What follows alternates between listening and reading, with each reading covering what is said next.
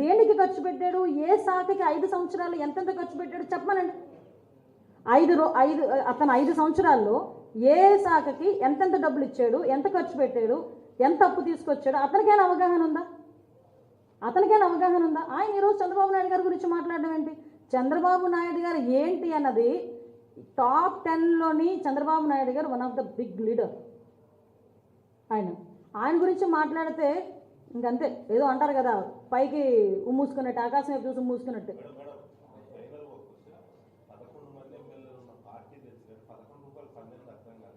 అసలు అర్థం కాలేదా?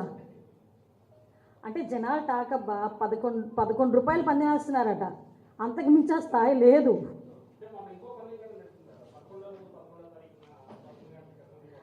దేవుని స్క్రిప్ట్లు అండి, మనం అలాంటి వాటికి ఏం చేయలేమండి. అది సింపుల్లీ దేవుని స్క్రిప్ట్. మేము అసలు అలా ఆలోచించి ఎవరు పెట్టలేదు. అది దేవుని స్క్రిప్ట్, ఏం చేస్తాం చెప్పండి. Thank you.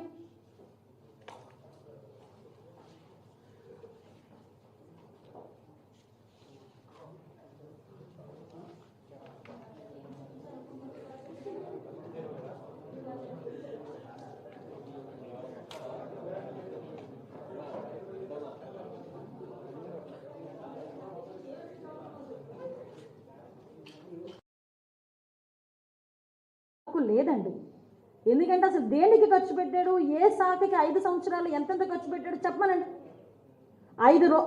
అతను 5 సంవత్సరాల్లో ఏ శాఖకి ఎంతెంత డబ్బులు ఇచ్చాడు, ఎంత ఖర్చు పెట్టాడు, ఎంత అప్పు తీసుకొచ్చాడు, అతనికైనా అవగాహన ఉందా? ఆయన ఈరోజు చంద్రబాబు నాయుడు గారి గురించి మాట్లాడడం ఏంటి? చంద్రబాబు నాయుడు గారు ఏంటి అన్నది top 10లోని Chandrababu Naidu garu one of the big leader. ఆయన గురించి మాట్లాడితే ఇంకంతే, ఏదో అంటారు కదా, పైకి ఉమ్మూసుకున్నట్టు, ఆకాశం వైపు చూసి ఉమ్మూసుకున్నట్టు.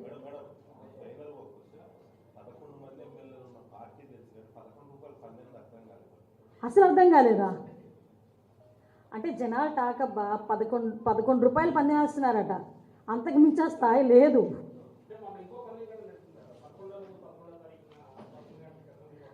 దేవుని స్క్రిప్ట్లు అండి, మనం అలాంటి వాటికి ఏం చేయలేమండి. అది సింపుల్లీ దేవుని స్క్రిప్ట్. మేము అసలు అలా ఆలోచించి ఎవరు పెట్టలేదు. అది దేవుని స్క్రిప్ట్, ఏం చేస్తాం చెప్పండి. Thank you.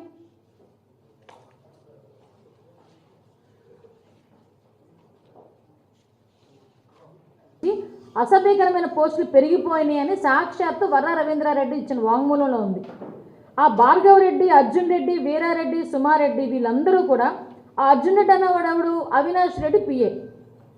సో వీళ్ళందరూ కూడా కేవలం మార్ఫింగ్లు చేయడం, నీచంగా మార్ఫింగ్లు చేయడం, నీచంగా 40కి పైగా యూట్యూబ్ ఛానల్స్ని దగ్గర పెట్టుకొని ఎంత తొందరగా స్ప్రెడ్ చేయడానికి వీళ్ళు, అవాస్తవాలు ఎంత తొందరగా స్ప్రెడ్ చేయడానికి వీళ్ళు ప్రయత్నాలు చేశారో ఒకసారి మనం కనుక ఆలోచన చేస్తే, ఇలాంటి ఇడియట్స్ గురించా మేము ఎన్హెచ్ఆర్సీకి వెళ్ళామన్న సంగతి పెద్దల, రాజ్యసభ అంటేనే పెద్దల సభలో కాబట్టి ఆ సభ్యులకు తెలియాలనే ఉద్దేశంతో చెప్తున్నా. వాళ్ళకి తెలియకేం కాదు, ఒకసారి గుర్తు చేస్తున్నా, మీడియా పరంగా ప్రజలకు కూడా తెలియాలని చెప్తున్నా. ఎందుకంటే ఈరోజు మనం చూస్తూ ఉంటే ఎక్కడ ఇప్పుడు ఈ సోషల్ మీడియా వేదికగా నేను కొన్ని చూపిస్తాను మీకు. ఈ వర్ర రవీంద్రారెడ్డి పోస్ట్ విషయంలో నేను జగన్మోహన్ రెడ్డికి ఒకటే మాట్లాడుతున్నాను. అరే ఎన్హెచ్ఆర్సీకి దేనికి వెళ్ళావు? నీ చెల్లిని, నీ తల్లిని తిట్టినందుకు మేము అరెస్ట్ చేస్తే ఆ అరెస్ట్ తప్పు అని చెప్పడానికి ఎన్హెచ్ఆర్సీకి వెళ్ళావా? నీ తల్లిని, నీ చెల్లిని మేము తిట్టించిన వాళ్ళ పేర్లు కూడా బయటకు చెప్పి ఆ పోస్టులు కూడా చూస్తే నిజంగా బాబాయికి పట్టిన గతే నీకు పడుతుంది. శాస్త్రి పక్కన వాళ్ళు ఉపయోగించే భాష. నెక్స్ట్, ముసలోడు వివేకానంద హత్య వెనుక మా జగనన్న భారతీయులు ఉన్నారని వాగావు, నీ అంత చూస్తాం. నెక్స్ట్ ఇంకో వర్డ్, ఇంకొకటి, ఇందుకే పెద్దలు అన్నారు శత్రుశేషం ఉంచకూడదని, లేపే అన్న ఇద్దరిని ఎన్నికలకు పనికొస్తారు. ఇలాంటి నేను మచ్చుకు చూపిస్తున్నా ఈ పోస్టులు. ఇది సాక్షాత్తు ఎక్కడో వాళ్ళ నలుగురు మధ్యలో 4 గోడల మధ్యలో మాట్లాడుకున్న మాటలు కాదు, సోషల్ మీడియా వేదికగా పెట్టిన పోస్టులు. అవి ఇవి ఎవరి గురించి పెట్టారని చెప్తే చిన్న పిల్లోడిని అడిగినా చెప్తాడు ఎవరి గురించి పెట్టారు అంటే. ఆఖరికి నీ తల్లిని చెల్లిని కూడా లేపేమని చెప్పినోడిని ఈరోజు మేము అరెస్ట్ చేస్తే వాడిని వదలమని, వాడు అక్రమ అరెస్ట్ అని నీ నోట్లోంచి ఎలా వచ్చింది బయటికి? అసలు ఎలా వస్తుంది బయటికి? రాయలసీమలో పుట్టిన బిడ్డకి ఆడపిల్ల అంటేనే చిరాకు వస్తుంది. ఆడపిల్ల ఒక మాట అంటేనే ఆడకూతుని ఏం అనకూడదని రాయలసీమలో ఉన్న వాళ్ళు పెట్టుకుంటారు. అటువంటి సొంత తల్లిని చెల్లిని మాట్లాడినోడు నువ్వు ఏమీ చేయలేదు. చూస్తున్నాం. వాళ్ళకి థ్రెట్ ఉంది. సాక్షాత్తు షర్మిల గారు బయటకు వచ్చి మాట్లాడుతున్నారు, వీళ్ళు ఇలా మాట్లాడుతున్నారు, మా మీద ప్రాణహాని ఉంది వీళ్ళ వల్ల అని. సునీతమ్మ బయటకు వచ్చి కంప్లైంట్లు ఇస్తున్నారు. అయినా కూడా వాళ్ళ గురించి నువ్వు పట్టించుకునే పరిస్థితి. నేనేమంటానంటే దీని గురించి వైవి సుబ్బారెడ్డి గారు వెళ్ళడం నిజంగా నాకు ఎవరో సజ్జల రామకృష్ణారెడ్డి వెళ్ళినా ఇంకొకటి వెళ్ళినా నాకు ఇబ్బంది పడకపోతుంది. కానీ ఎన్హెచ్ఆర్సీకి సుబ్బారెడ్డి గారు వెళ్ళడం నిజంగా నాకైతే చాలా బాధ అనిపించింది. సుబ్బారెడ్డి గారు మీకు తెలియదా ఎవరి గురించి మాట్లాడాడో వాడు? అంటే ఆ క్రైమ్లో ఈరోజు మీరు పాలు పంచుకుంటున్నారా? మీరు పెద్దవాళ్ళు, తిరుపతి దేవస్థానం చైర్మన్ చేసిన వ్యక్తి మీరు, మీకు ఆలోచన ఉండాలి కదా. ఇటువంటి పరిస్థితి ఈరోజు పరిస్థితులు ఇలాంటివి నేను ఇవ్వమంటే నేను బయటకు చెప్పలేను, కానీ చూపించమంటే ఇలాంటివి నేను కొన్ని వందలు చూపిస్తాను. చాలామంది ఒకడేమో దాస్తాడా, ఎవడో మాజీ మంత్రి ఇక్కడ ఉన్నవాడేమో నా ఇంట్లో ఉన్నాడు పలానా వ్యక్తి, వచ్చి దమ్ముంటే కాసుకోండి అరెస్ట్ చేయండి అని ఒక సవాల్ విసురుతాడు. ఎవరికి సవాల్ విసురుతున్నావు? ప్రజలకి విసురుతున్నావా, పోలీసులకి విసురుతున్నావా? ఏం చేస్తారు ఈరోజు? చక్కగా వచ్చి ఇంట్లోంచి వచ్చి తీసుకెళ్లారు పోలీసులు. అంటే నువ్వు అతనికి సాయం చేసావో మాకు సాయం చేసావో కానీ అది అతనికి విచక్షణకు వదిలేయాలి, అది వేరే విషయం. ఇవన్నీ పక్కన పెడితే ఈ మధ్య కాలంలో ఏదైనా మాట్లాడితే ఇవన్నీ చేసిన వాళ్ళు వీళ్ళు, అంటే సమేక్స్ వీళ్ళందరూ. ఆడెవడు ఈ మధ్య మళ్ళా ఇంటూరి రవికిరణ్ వాడు పెట్టిన పోస్టులు చూస్తే నిజంగా సభ్య సమాజంలో ఇలాంటి ఇడియట్స్ ఉండడానికి అవసరమా అనిపించేటట్టుగా ఉంటాయి. అటువంటి వాడు ఆ బోరుగడ్డ అనిల్, ఎలాంటి వాళ్ళకి వీళ్ళు సపోర్ట్ చేస్తున్నారో ఒక్కసారి ఆలోచించండి. ఆ బోరుగడ్డ అనిల్ వీడియోని కొంచెం అవగాహన కలిగిన 5వ తరగతి పిల్లకు 6వ తరగతి పిల్లకు చూపించండి. వాడు మాట్లాడిన మాట కరెక్ట్ అని చెప్తే చెప్పండి, ఒక్కళ్ళతో చెప్పించండి. అలాంటోటి వీళ్ళకి వెనకేసుకు రావటం, వీళ్ళు వెనకాతలేమో వీళ్ళేమో ఎన్హెచ్ఆర్సీకి పరిగెట్టడం, మళ్ళీ తిరిగి ఇక్కడ మాకు ఎలా జరిగిపోతుంది అలా జరిగిపోతుందని గొగ్గోలు పెడతా ఉంటే ఈరోజు కోర్టు కూడా ముట్టింది. కోర్టు కూడా క్లియర్గా అనింది, ఎస్ ఆ రోజు వాళ్ళు కూడా బాధితులే, కోర్టులో ఉన్న సంబంధించిన వ్యక్తులు కూడా వాళ్ళు బాధితులే. జడ్జిల్ని కుటుంబ సభ్యుల్ని కూడా నోటుకొచ్చినట్టు మాట్లాడిన సందర్భాన్ని కూడా వాళ్ళు కూడా గుర్తు చేసుకున్నారు. ఇలాంటి ఈడియట్స్ గురించి ఇంతలా మాట్లాడడం ఒక ఎత్తు, వీళ్ళు మళ్ళా బయటకు వచ్చి ఆడపిల్లలకు అన్యాయం జరిగిపోతుంది, లా అండ్ ఆర్డర్ ఇబ్బంది పడిపోతున్నాము, ఆడపిల్లల విషయంలో ఎలా జరిగిపోతుంది అలా జరిగిపోతుందని శవాల దగ్గర గద్దల్లాగా ఎక్కడైనా ఏదైనా జరిగితే పాపం అది ఎందుకు జరిగింది ఎలా జరిగింది తెలుసుకోకుండా అడిగలు కూర్చుంటున్నారు. రీసెంట్గా తిరుపతిలోనే ఒక సంఘటన జరిగింది. ఒక 8వ తరగతి చదువుతున్న ఆడపిల్ల మీద అత్యాచార యత్నం జరిగిందని బయటికి ఏదో ఒక రకంగా ఒకటి వచ్చింది, అంతేనండి, వెళ్ళిపోయారు. అసలు ఏం జరిగింది, అమ్మాయి నిజంగా జరిగిందా, ఏం జరిగింది అన్నది ఏమీ లేదు.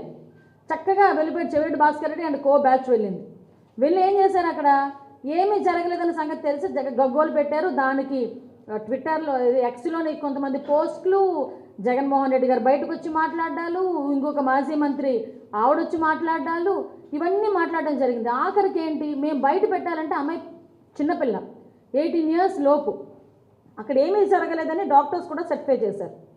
ఆ సర్టిఫికేట్ మేము బయట పెట్టాలంటే 5 నిమిషాల పని, కానీ మేము బయట పెట్టాము. ఎందుకు అంటే ఆ అమ్మాయి చిన్నపిల్ల, పోక్సో చట్టం ప్రకారం అలాంటి బయట పెట్టకూడదు కాబట్టి యాజ్ పర్ లా మేము పెట్టట్లేదు. బట్ ఎవరైతే ఈ సబ్జెక్ట్ని ఎవరైతే న్యూస్లోని చాలా స్ప్రెడ్ చేశారో వాళ్ళందరి మీద కూడా కేసులు ఫైల్ చేస్తాం.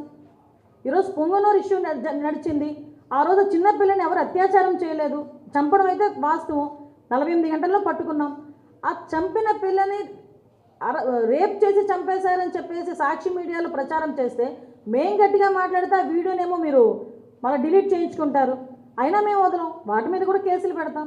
ఎందుకంటే తప్పుడు ప్రచారాలు చెయ్యటం కూడా చాలా పొరపాటే. నేనేమంటానంటే ఈరోజు ఇందాకే మనకి జరిగింది అంటే ఎక్కడ ఏం జరిగినా మేము వెళ్తాం అన్నారు. ఒక్కటి క్లియర్గా అడుగుతున్నా వీళ్ళని, ఈరోజే మంత్రాలయం నియోజకవర్గంలో కొసిగి మండలం కడదొడ్డి వైసీపీ సర్పంచ్ మీద ఈరోజు పోక్సో యాక్ట్ కేసు నమోదైంది. ప్లస్ వైసీపీ నేతలు ఈరోజు వెళ్తాడా జగన్మోహన్ రెడ్డి ఆ అమ్మాయిని పరామర్శించడానికి? పరామర్శించడానికి దమ్ముందా? ఒక 8వ తరగతి చదువుతున్న ఆడబిడ్డ వాళ్ళ తండ్రి లేని సమయంలో వెళ్ళి అమ్మాయి మీద అత్యాచార యత్నం చేయబోతుంటే అమ్మాయి అరిచిన అరుపులకి చుట్టుపక్కల వాళ్ళు వచ్చి కూర్చొని పెడితే కాలు మీద పడినా కూడా క్షమించగా తల్లిదండ్రులు పోలీసులు కంప్లైంట్ ఇస్తే ఈరోజు అతగాడు పరారులో ఉన్నాడు. అంటే ఇప్పుడు నేను అడుగుతున్నా జగన్మోహన్ రెడ్డిని, మరి నీకు కన్సెంట్ కదా నీకు ఆడపిల్లలంటే, సో ఒకసారి వెళ్ళిరా, ఇలా అమ్మాయిని పరామర్శించిరా.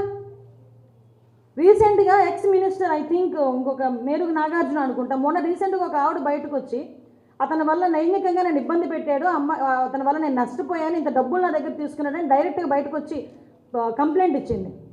ఇలాంటి సంఘటనలు మేము తీయాలనుకుంటే కోకొలలు. ఎక్కడ ఏమి సంఘటన జరిగినా టీడీపీ వాళ్ళే చేశారు, జనసేన వాళ్ళే చేశారన్న సొంత పత్రికలోని దుష్ప్రచారం చేయడానికి తప్పించి ఆ సాక్షి పేపర్లో మంచి ఏదైనా ఎప్పుడైనా రాసేయడానికి చూస్తే ఏ రోజు కనిపించదు. ఓకే, వదిలేయండి. కానీ మీ ద్వారానైనా ప్రజలకి నిజం తెలియాలి అని ఒకే ఒక ఉద్దేశంతో ఈరోజు నేను మీ అందరి ముందుకు రావడం జరిగింది. ఒకటేంటంటే, ఇలాంటి వాళ్ళని మనం ఎంకరేజ్ చేయడం అవసరమా? పబ్లిక్ కూడా ఆలోచన చేసుకోవాలి. ఈరోజు ఇంతకుముందు వీళ్ళు మాట్లాడితే చీకటి పరిపాలన అని రకరకాల మాటలు మాట్లాడతారు. మీరు అబ్జర్వ్ చేయండి, లాస్ట్ టైం రంగనాయకమ్మ గారిని ఏ రకంగా అరెస్ట్ చేశారు, మరి రఘురామకృష్ణరాజు గారిని ఏ రకంగా అరెస్ట్ చేసి అతన్ని ఎంత దారుణంగా హింస పెట్టించారు, ఎంతమంది టీడీపీ సోషల్ మీడియా యాక్టివిస్టులు ఎన్ని దారుణంగా వాళ్ళు ఇబ్బందులు పెట్టిన సందర్భాలు ఉన్నాయి. మేము ఆ రోజు న్యాయ పోరాటమే చేసామే. ఒకటి నేను ఛాలెంజ్ చేసి చెప్తా, ఏ ఒక్క తెలుగుదేశం పార్టీ కార్యకర్త కూడా వాళ్ళు ఇంత అబ్యూజింగ్ వర్డ్స్ పెట్టుకొని ఆడపిల్లల్ని మీద కామెంట్ పెట్టే పరిస్థితి లేదు. ఆ రోజు మేము జస్ట్ గవర్నమెంట్ని క్వశ్చన్ చేసినందుకే మా మీద కేసులు పెట్టే పరిస్థితి. ఎందుకండి, నేను అప్పుడు అపోజిషన్ లీడర్లో అపోజిషన్గా ఉండి ఒక తెలుగు మహిళా అధ్యక్షురాలుగా ఉండి నా నియోజకవర్గంలో కలెక్టర్కి తీసుకెళ్ళి రిప్రజెంటేషన్ ఇస్తానంటే ఆ రోజు నన్ను హౌస్ అరెస్టింగ్ చేసిన పరిస్థితి. ఇలాంటివి చెప్పుకోవాలంటే బోల్డ్ ఉన్నాయి. మేము అలాంటివి ఏమీ చేయట్లే. నువ్వు బయటకు వెళ్తానంటే Z+ సెక్యూరిటీ ఇస్తున్నావు, నువ్వు బయటకు వెళ్తానంటే పర్మిషన్స్ ఇస్తున్నావు, ఇలాంటి ఎదవలందరినీ కలుసుకోవడానికి జైలుకి వెళ్తానంటే అక్కడికి కూడా పర్మిషన్లు ఇస్తున్నావు. ఇంకేంటి చీకటి రాజ్యాంగం? కాబట్టి ఒకటి నేను ప్రజలకు విన్నవించుకునేది ఏంటంటే, ఈ ద్వారా ప్రజలు కూడా విన్నవించుకుంటున్నాం, మేము ఈరోజు చేస్తున్న అరెస్టులు కానీ, ఈరోజు మేము పెడుతున్న కేసులు కానీ ఆడపిల్లల మీద నోటికొచ్చినట్టు, ఈరోజు మా ఇంట్లో ఆడపిల్లలు పవన్ కళ్యాణ్ గారి ఇంట్లో ఆడపిల్లలు, లేకపోతే చంద్రబాబు నాయుడు గారి గురించా, మన లోకేష్ బాబు గారి గురించా కాదు, రేపొద్దున మా దగ్గర నుంచి మీ ఇంట్లో ఆడపిల్లల వరకు కూడా వస్తారు. మన ఇంట్లో ఆడపిల్లలు మీ ఇంట్లో ఆడపిల్లల గురించి కూడా మాట్లాడే పరిస్థితులు వస్తాయి. ఇలాంటి వాళ్ళని కట్టుదిట్టం చేయాలి, దీనికి ఒక స్పెషల్ యాక్ట్ తీసుకురావాలి అని ఒకే ఒక ఉద్దేశంతో ఈరోజు చంద్రబాబు నాయుడు గారు చేస్తున్న ఈ పనిని మీరందరూ కూడా స్వాగతించాల్సిందిగా, మీరందరూ కూడా సపోర్ట్ చేయాల్సిందిగా ప్రజలందరికీ విన్నవించుకుంటూ సెలవు తీసుకుంటున్నాను.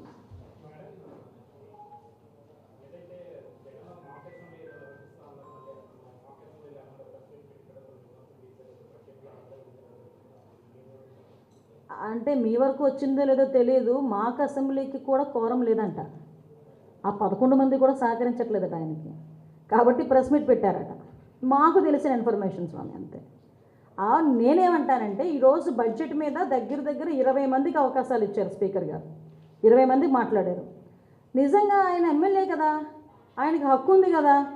ఈరోజు మీరు వెళ్ళగలరు అసెంబ్లీ లోపలికండి, ఆ కాంపౌండ్ వరకే కదా మీరందరూ ఎవరైనా రావాలనుకున్నా. ఎమ్మెల్యేలుగా ఉన్న మేమే కదా అందులోకి లోపలికి వెళ్ళగలం. నేను చాలా సందర్భాల్లో చెప్పాను, సుమారుగా 5 కోట్ల మంది ప్రజల్లో 175 మందికి మాత్రమే అవకాశం ఇస్తాడు దేవుడు 5 సంవత్సరాలకు ఒకసారి. దానికి నీకు అవకాశం ఉండి రండి, అసెంబ్లీకి రండి, కూర్చోండి, కూర్చొని మీకు ఏ సబ్జెక్ట్ మీద మాట్లాడాలనుకుంటే